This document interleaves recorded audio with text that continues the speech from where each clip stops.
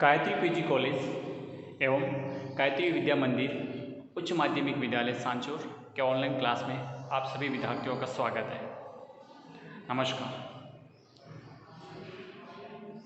हम भारतीय राज्य व्यवस्था के अध्याय राष्ट्रपति से संबंधित हम शक्तियों का अध्ययन कर रहे हैं। हमने पिछली कक्षाओं में राष्ट्रपति की सामान्यकालीन शक्तियों के बारे में अध्ययन किया। आज हम देखेंगे राष्ट्रपति की संकटकालीन शक्तियाँ। देखिए, हमारे भारत गणराज्य के राष्ट्रपति को कुछ संकटकालीन शक्तियाँ प्राप्त हैं। संविधान के अनुच्छेद 352, 356 और 360 इनमें राष्ट्रपति को कुछ संकटकालीन आपातकालीन शक्तियाँ प्रदान की गई हैं। हम एक एक करके इनको समझने का प्रयास करते हैं। सबसे पहले देखते हैं 352। देखिए, कभी भी ऐसी कुछ परिस्थितियां हो जाए, युद्ध हो जाए, बाह्य आक्रमण हो जाए या सशस्त्र विद्रोह हो जाए, ऐसी परिस्थिति में चाहे युद्ध हो, बाह्य आक्रमण हो या सशस्त्र विद्रोह हो, तो इस प्रकार की परिस्थितियों को देखते हुए भारत के राष्ट्रपति राष्ट्रीय आपातकाल की घोषणा कर सकते हैं। अनुच्छेद 352 के तहत राष्ट्रीय आपात की घोषणा कर सकते हैं। अब ये भारत के किसी भूभाग या संपूर्ण भारत में आपातकाल की घोषणा कर सकते हैं 352 के तहत। ये स्पष्ट। अब थोड़ा सा हमें समझना है कि जो हमारा 44वां संविधान संशोधन हुआ, 44वां संशोधन हुआ संविधान में 1978 में। अब उसमें थोड़ा सा बदलाव किया गया। बदलाव ये किया गया कि जब भी राष्ट्रीय आपातकाल लगाया जाता है तो युद्ध, बाह्य आक्रमण, इससे पहले इनके साथ एक शब्द आंतरिक विद्रोह, उस शब्द में संशोधन करके सशस्त्र विद्रोह कर दिया गया। सशस्त्र विद्रोह कर दिया गया। ठीक है, तो ये संशोधन। तो अब आपको पढ़ना है कि युद्ध, बाह्य आक्रमण और सशस्त्र विद्रोह के आधार पर भारत में 352 अनुच्छेद का प्रयोग करते हुए राष्ट्रीय आपातकाल भारत, संपूर्ण भारत में या भारत के किसी भूभाग में लागू किया जा सकता है। आपको समझ में आया कि या तो भारत का किसी भी देश के साथ युद्ध हो जाए या कोई बाह्य आक्रमण हो जाए या भारत में सशस्त्र विद्रोह जैसी स्थिति विद्यमान हो जाए, तो हमारा राष्ट्रपति 352 का प्रयोग करते हुए राष्ट्रीय आपातकाल की घोषणा कर सकेंगे। बात स्पष्ट हुई। मैंने आपको 44वां संविधान संशोधन ये बताया कि पहले जो आंतरिक विद्रोह शब्द था उसकी जगह बदलकर सशस्त्र विद्रोह कर दिया गया। ठीक है, क्योंकि आपको पता होगा कि इंदिरा गांधी सरकार ने जब आंतरिक विद्रोह के आधार पर इमरजेंसी लगाई थी तो उसका काफी कुछ मिसप्रयोग भी हुआ था। इस वजह से उन्होंने बदलाव करके मोरारजी जैसे सरकार ने सशस्त्र विद्रोह शब्द को प्रतिस्थापित किया गया 352 में। ये बात स्पष्ट हुई आपको कि जब भी राष्ट्रीय स्तर की कोई आपदा हो, ऐसी स्थिति में आपदा का तात्पर्य युद्ध, बाह्य आक्रमण, सशस्त्र विद्रोह से, न कि किसी प्रकार की प्राकृतिक आपदा से। बात स्पष्ट हुई। इन तीनों के आधार पर 352 का प्रयोग किया जाएगा। ठीक है। दूसरा, इसमें आपको यह समझना है, पहले ये जो घोषणा होती थी 352 की, यह प्रधानमंत्री राष्ट्रपति को कहते थे, राष्ट्रपति अपने आदेश द्वारा इस प्रकार की घोषणा करते थे। लेकिन अब 44वें संविधान संशोधन द्वारा क्या किया गया? 44वें संविधान संशोधन द्वारा यह स्पष्ट किया गया कि आपातकाल की घोषणा तभी हो सकेगी जब लिखित रूप से मंत्रिपरिषद ऐसा करने का परामर्श राष्ट्रपति को देगी। यानी मंत्रिपरिषद लिखित रूप से आपातकाल लगाने का परामर्श राष्ट्रपति को देगी, जो लिखित स्वरूप में होगी, तभी वो 352 लागू हो सकेगा, अन्यथा नहीं। एक भी 44वें संविधान संशोधन द्वारा किया गया। अब देखिए, अगर इस प्रकार की घोषणा हो चुकी है, संकटकाल की घोषणा हो चुकी है, तो फिर वो कब तक लागू रहेगी? क्या होगा इस प्रकार से? तो देखिए, घोषणा के एक माह के भीतर हमारे संसद के दोनों सदनों से ये पारित कराना पड़ेगा कि इसको आगे लागू रखा जाए क्या नहीं इसके बारे में। तो इसके जो प्रावधान है वो है 2/3, यानी 2/3 बहुमत, विशेष बहुमत से पारित करवाना पड़ेगा। 1 महीने के भीतर राष्ट्रपति द्वारा घोषित राष्ट्रीय आपात हो। स्पष्ट हो? कहने का तात्पर्य एक बार पुनः समझाता हूं कि जो राष्ट्रपति के द्वारा संकट काल की जो घोषणा की गई है अनुच्छेद 352 के तहत, उस घोषणा का संसद से अनुमोदन करवाना होगा और ये जो अनुमोदन होगा वो संसद के दोनों सदनों के 2/3 बहुमत यानी उपस्थित और बहुमतदान करने वाले सदस्यों का 2/3 बहुमत होगा, तभी ही वो जो राष्ट्रीय आपात की घोषणा है वो आगे 6 महीने तक बढ़ाई जा सकती है। ये जरूरी है, ठीक है। 2/3 बहुमत आपको ध्यान रखना, 2/3 बहुमत यानी विशेष बहुमत से पारित करनी पड़ेगी इस घोषणा को के जिसको राष्ट्रपति ने घोषणा की है हमारी संसद के द्वारा। ये आपको स्पष्ट तौर पे समझना है। अब एक बार अनुमोदन होने के बाद में ये आगे के 6 महीने तक वैलिड रहेगा, 6 महीने तक आपातकाल लागू रहेगा। फिर उसको बढ़ाना है तो पुनः वापस इसी विशेष बहुमत के आधार पर और 6 महीने बढ़ाया जा सकेगा। इस प्रकार से ये प्रक्रिया आगे बढ़ रहेगी, ठीक है। ये बात ये हुई। दूसरी, अब आपके सामने एक प्रश्न उपस्थित हो सकता है कि क्या राष्ट्रपति द्वारा घोषणा की गई राष्ट्रीय आपातकाल को क्या न्यायपालिका में चुनौती दी जा सकती है या नहीं दी जा सकती? बिल्कुल दी जा सकती है। अगर हमारे देश के नागरिकों को लगे कि इसको चुनौती दी जा सके तो बिल्कुल दी जा सकती है। सुप्रीम कोर्ट में इसको चैलेंज किया जा सकता है। इस बात को यहाँ पे स्पष्ट तौर पे समझना है कि राष्ट्रीय आपातकाल जो राष्ट्रीय आपात की जो घोषणा है इसको हमारी न्यायपालिका में चुनौती भी दी जा सकती है। अब देखिए, अगर ये संकट काल लागू है, 352 के तहत राष्ट्रीय आपात लागू है, तो इस समय क्या क्या शक्तियां होती है? हमारा राष्ट्रपति चाहे तो राज्य सूची में लिखित कोई विषय है उस पर कानून बनाने की शक्ति भी अपने पास रखते हैं, यानी राज्य सूची में कोई भी विषय लिखा हुआ है उस विषय पर केंद्र कानून बना सकता है, केंद्र उस पर विधि का निर्माण कर सकता है, तथा केंद्र और राज्यों के मध्य जो आय के वितरण के जो विषय है या कुछ व्यवस्था है उसमें भी परिवर्तन कर सकते हैं, किसी भी प्रकार से परिवर्तन कर सकते हैं। और यदि आपातकाल लागू है, संकट काल लागू है, तो चाहे तो लोकसभा के कार्यकाल में 1 साल यानी 1 वर्ष तक वृद्धि भी की जा सकती है। लोकसभा के कार्यकाल जो 5 वर्ष का है उसमें वृद्धि भी की जा सकती है। तो ये भी संभव है कि अगर देश में 352 के तहत राष्ट्रीय आपातकाल लागू है तो लोकसभा के कार्यकाल में वृद्धि की जा सकती है।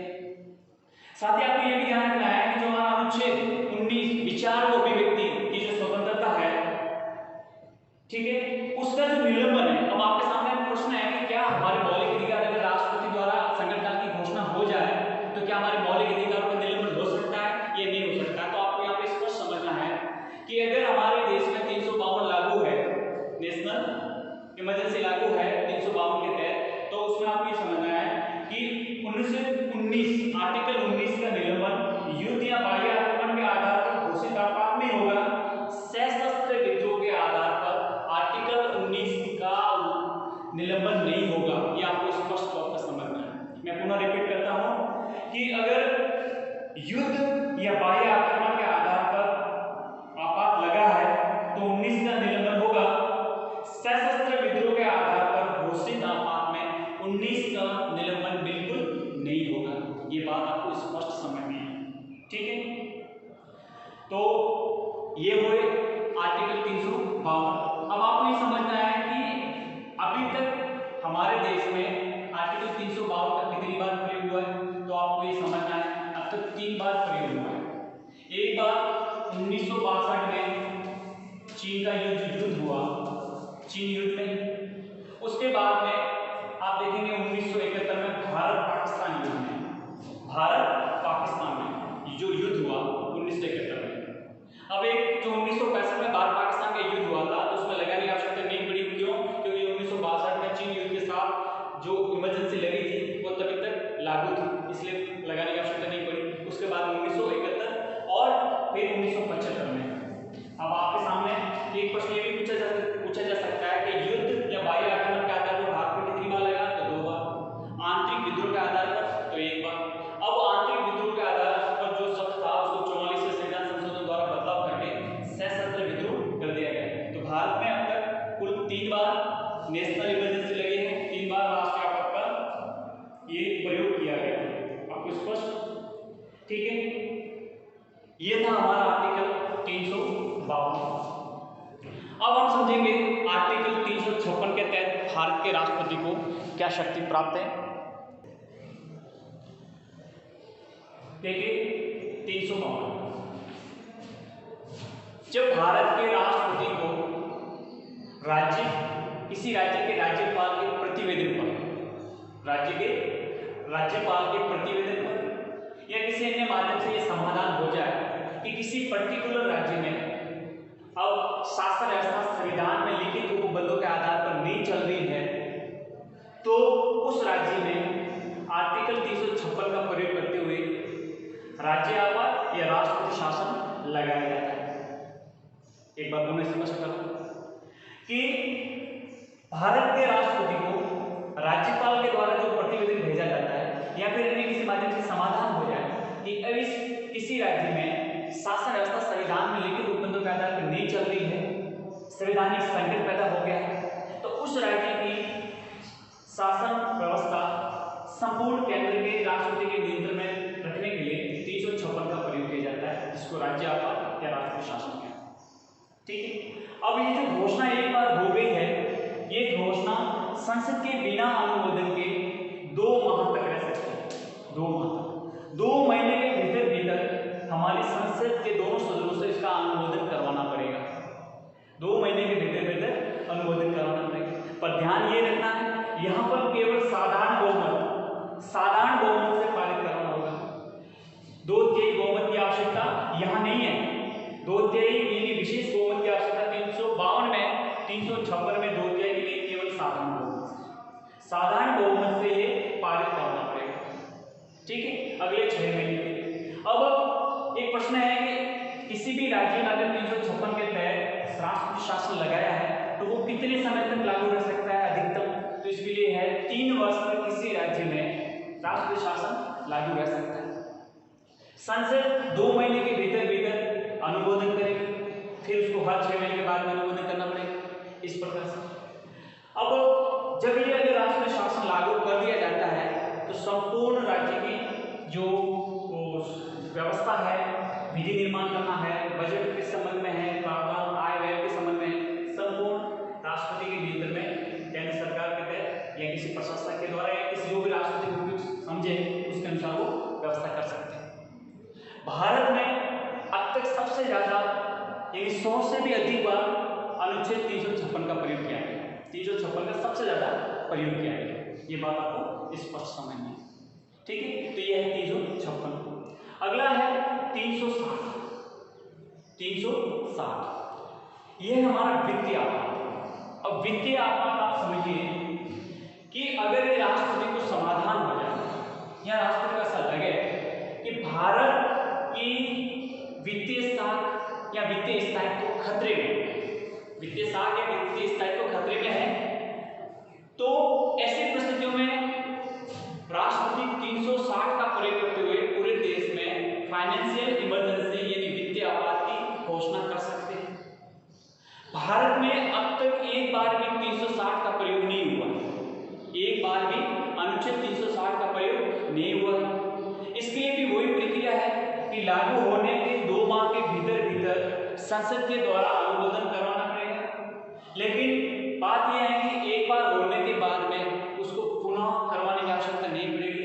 ये अनंत काल तक लागू रहेगा जब तक सरकार को यानी राष्ट्रपति को ये कि इस प्रकार का समाधान न हो जाए कि अब देश की वित्तीय स्थायित्व, वित्तीय साख और देश की वित्तीय स्थिति बिल्कुल व्यवस्थित है, किसी प्रकार के कोई संकट का या संकट की स्थिति नहीं है, तब तक ये लागू रहेगी जब तक ये व्यवस्था चाहे तब तक। यानी स्थिति सुधरती है तब तक ये लागू रहेगा, और जब उनको लगेगा कि नहीं अब देश की वित्तीय स्थिति अच्छी है, किसी प्रकार की कोई चुनौती नहीं है, कोई संकट नहीं है, तब वो फिर समाप्त किया जा सकता है। इसलिए यहाँ पर आपको स्पष्ट समझना है कि एक बार लागू होने के बाद ये अनंत काल तक लागू रह सकता है जब तक कि देश की वित्तीय स्थिति सही न हो। आई बात समझ में? तो आज तक भारत में 360 का प्रयोग एक बार भी नहीं हुआ है, एक बार भी नहीं हुआ है। लेकिन संविधान में प्रावधान है कि अगर ऐसी स्थिति हो जाए कि देश की वित्तीय स्थिति संकट में हो, वित्तीय साख संकट में हो, तो राष्ट्रपति 360 का प्रयोग करते हुए इसको लागू कर सकता है। एक बार लागू करने के बाद में ये अनंत काल तक लागू रहेगी, क्योंकि किसी भी देश की वित्तीय स्थिति अचानक से 2 महीने, 6 महीने, साल 2 साल में संभल नहीं पाती, उनको लंबा टाइम लगता है, तो इसलिए इसको अनंत काल तक लागू रख सकते हैं। अब इसमें ये प्रावधान ये है कि अगर विद्या आपातकाल लागू किया गया है तो हमारे केंद्र के राज्य के जो उच्च अधिकारी हैं, हमारे हाई कोर्ट, सुप्रीम कोर्ट, इनकी जो जज न्यायाधीश हैं, इनके सबके वेतन में कटौती की जाती है, सरकार के अनावश्यक खर्चे कम किए जा सकते हैं और सब प्रकार का वित्तीय एक प्रकार का अनुशासन और नियंत्रण बनाते हुए देश की वित्तीय स्थिति को सुधारने का कार्य किया जाता है। ये एक लॉन्ग टर्म प्रक्रिया है, लंबा समय लगता है तो इस स्थिति में सामान्य होने में, और जब स्थिति सामान्य हो जाती है तो वित्तीय आपात को हटा दिया जाता है। लेकिन आपको यहाँ पे समझना है कि 360 का अभी तक एक बार भी प्रयोग बिल्कुल नहीं हुआ है हमारे संविधान के लागू होने के बाद। ठीक है, तो ये हमने समझा राष्ट्रपति की संगठनवाली शक्तियां। संविधान के अनुच्छेद 352 में राष्ट्रीय आपात का उल्लेख है, 356 में राज्य आपात यानी राष्ट्रीय शासन का उल्लेख है और 360 में वित्तीय आपात। इसका प्रयोग अब तक 3 बार हुआ है, इसका 100 से भी अधिक बार हो चुका है और 360 का अब तक एक बार भी प्रयोग नहीं हुआ है। बात स्पष्ट है। और ये जो शक्तियां हैं, इन शक्तियों का प्रयोग करते हुए हमारे संविधान में राष्ट्रपति की संगठनकालीन शक्तियों का उल्लेख करते हुए देश की संविधान की, शासन की और लोकतंत्र की रक्षा करने की पूरी इसमें ये जिम्मेदारी बताई गई, स्पष्ट की गई है।